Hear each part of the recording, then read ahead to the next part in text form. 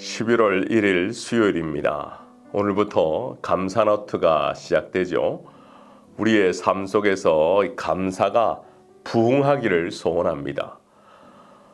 어떻게 보면 날짜를 정해서 하나님께 받은 감사를 기억하는 것이 조금 기계적이지만 그래도 감사를 연습하고 훈련할 수 있음에 이것이 빛내리 공동체에게 분명 유익이 될 것입니다.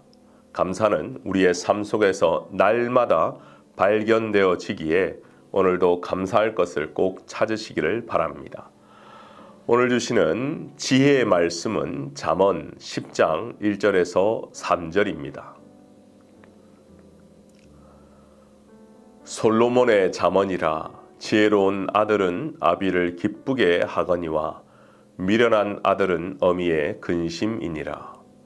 불의의 재물은 무익하여도 공의는 죽음에서 건지느니라. 여호와께서 의인의 영혼은 줄이지 않게 하시나 악인의 소욕은 물리치시느니라. 잠언은 총 31장까지 있어 우리 성도님들이 매일 한 장씩 읽기에 아주 좋습니다.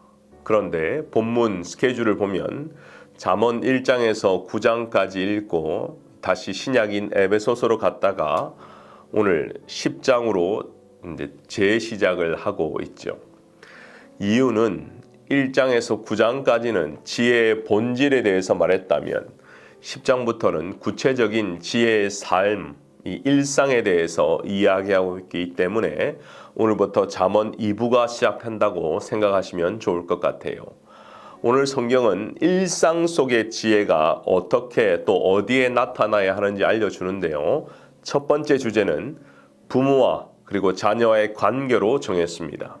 1절을 보니까 지혜로운 아들은 아비의 기쁘게 하거니와 미련한 아들은 어미의 근심이다 라고 말하며 부모와 자식 간의 관계에 대해서 지혜로운 자가 있고 또 반면에 미련한 자가 있다라고 대조하면서 언급하고 있습니다. 실제로 지혜로운 자녀는 부모의 기쁨이 되지만 미련한 자는 도리어 부모에게 걱정거리가 되죠. 여러분이 잘 알듯이 한국에는 효 문화가 있습니다. 효. 인류학자 아놀드 토인비는 한국이 미래 인류에 기여할 것을 하나를 꼽으라면 그것은 바로 효 사상일 것이다 라고 말했습니다. 그런데요, 요즘은 점점 가정이 해체되고 있습니다. 바쁜 현대인들이 이제는 대가족, 핵가족을 넘어서서 1인 가족으로 살아가는 분들이 많이 생겨났습니다. 그러다 보니 자연스럽게 결혼도 사라지고 출산도 점점 적어지고 있어요. 저 자신도 미국에 살면서 어머니와 또 장인, 장모님을 한동안 찾아뵙지를 못하고 있습니다. 때로 전화만 드리면 두 부부가 건강하게 행복하게 잘 사는 것만 봐도 그게 효다라고 말씀해 주시기도 합니다. 그렇기 때문에 저는 이 말씀이 저에게 더 다가오고 있는 것 같아요. 우리에게 첫 번째 지혜, 가정 안에서 부모님과 자녀의 관계를 되살펴 보아야 한다는 것이죠. 솔로몬은 우리가 이 세상에서 가장 먼저 맺는 인간관계인 부모와 자식과의 관계에서 부모에게 기쁨이 되는 자녀가 되라 이렇게 말씀하는 겁니다. 자녀가 부모의 기쁨이 되는 방법은 그가 곧 여호와 하나님을 경외하여 그분의 말씀대로 이 세상을 살아가는 것, 그것이 진짜 지혜의 근본이다라고 말하는 것입니다. 사랑하는 여러분, 저는 여러분의 가정을 다 알 수도 없습니다. 그리고 여러분의 속마음도 알지 못합니다. 그러나 오늘 말씀처럼 하나님은 여러분의 가정을 누구보다 잘 알고 계시고 부모와 자식이 하나 되기를 바라고 있습니다. 오늘 이 말씀을 들으면서 부모님께, 어머니에게, 아빠에게 전화 한 통을 하시든지 또는 사랑한다고 고백하시는 여러분 되시기를 바랍니다. 두 번째 지혜는 재물, 곧 물질에 대한 지혜입니다. 솔로몬은 지혜자와 어리석은 자의 물질 생활을 비교하고 있어요. 어리석은 자는 돈 자체가 삶을 움직이는 원동력이라는 거예요. 돈을 더 많이 벌기 위해서, 더 많은 돈을 누리기 위해서 살아간다라는 겁니다. 돈은 지금 우리가 살아가는 이 세상 속에서 하나님을 떠난 모든 인간을 움직이는 가장 큰 원동력이 되고 있습니다. 돈에 미쳐 있으면 그 외에는 다른 것이 보이지 않습니다. 때로는 돈 때문에 사람과의 문제가 생기고 때로는 돈 때문에 인간 이하의 결정을 하기도 합니다. 그렇기에 솔로몬은 이 재물을 벌기 위하여 살아가는 특히나 불의한 방법을 택한 자 그들에게 너희는 아무 유익이 없다 이렇게 말하는 것이 포인트입니다.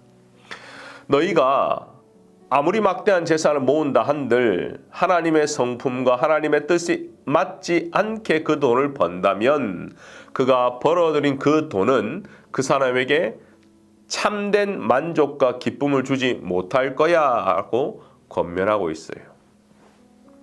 옳지 못하고 악한 방법으로 모은 재산은 사람을 결코 행복하게 하지 못합니다. 잠시 잠깐은 기쁨이 될 수 있죠. 그러나 결국에는 하나님의 심판의 날처럼 안개처럼 사라지게 하는 것이 돈이요 재물이라는 것입니다. 오늘 본문 2절에서 말하는 의로운 자, 이 사람은요 자기에게 주어진 일에 성실하게 그리고 정당하게 하여 재물을 버는 사람입니다.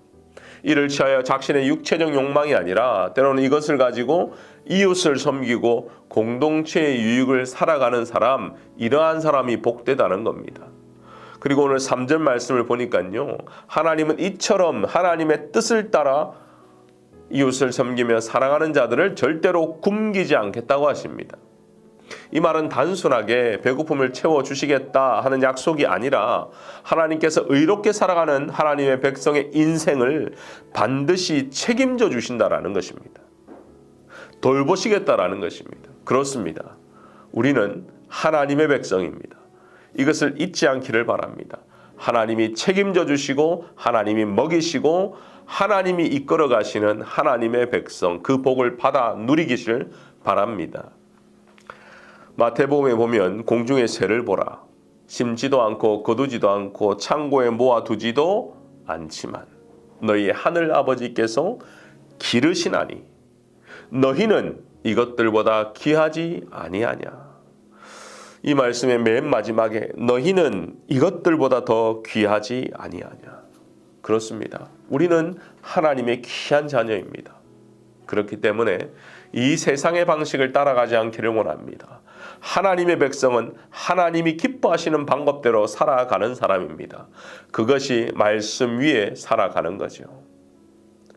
다시 한번 하나님의 자녀로 살아가는 감사가 회복되시기를 바랍니다. 그리고 하나님 때문에 오늘 한 번 더 웃으시고 주님의 말씀 때문에 순종해보고 하나님의 살아가심을 경험하시는 여러분 다 되시기를 축복합니다. 함께 기도하겠습니다. 사랑의 하나님, 오늘도 귀한 말씀 주시니 감사합니다. 모든 친구들과 엄마, 아빠, 그리고 성도님들이 하나님 말씀대로 살게 해주세요. 빈내리 교회가 달라스에서 가장 하나님을 기쁘시게 하는 교회가 되게 해주세요. 수고하시는 목사님들에게 새 힘을 주시고 큰 은혜를 주세요. 늘 섬기시는 선생님들에게 축복해 주세요. 우리 친구들도 선생님과 부모님 말씀 잘 듣고 순종하게 해주세요. 맥키니에 새롭게 지어질 새 교회를 위해서 기도합니다. 수고하시는 모든 분들에게 힘을 주시고 지혜를 주세요. 더욱더 예수님을 닮아가는 교회가 되게 해주세요. 예수님 이름으로 기도합니다. 아멘.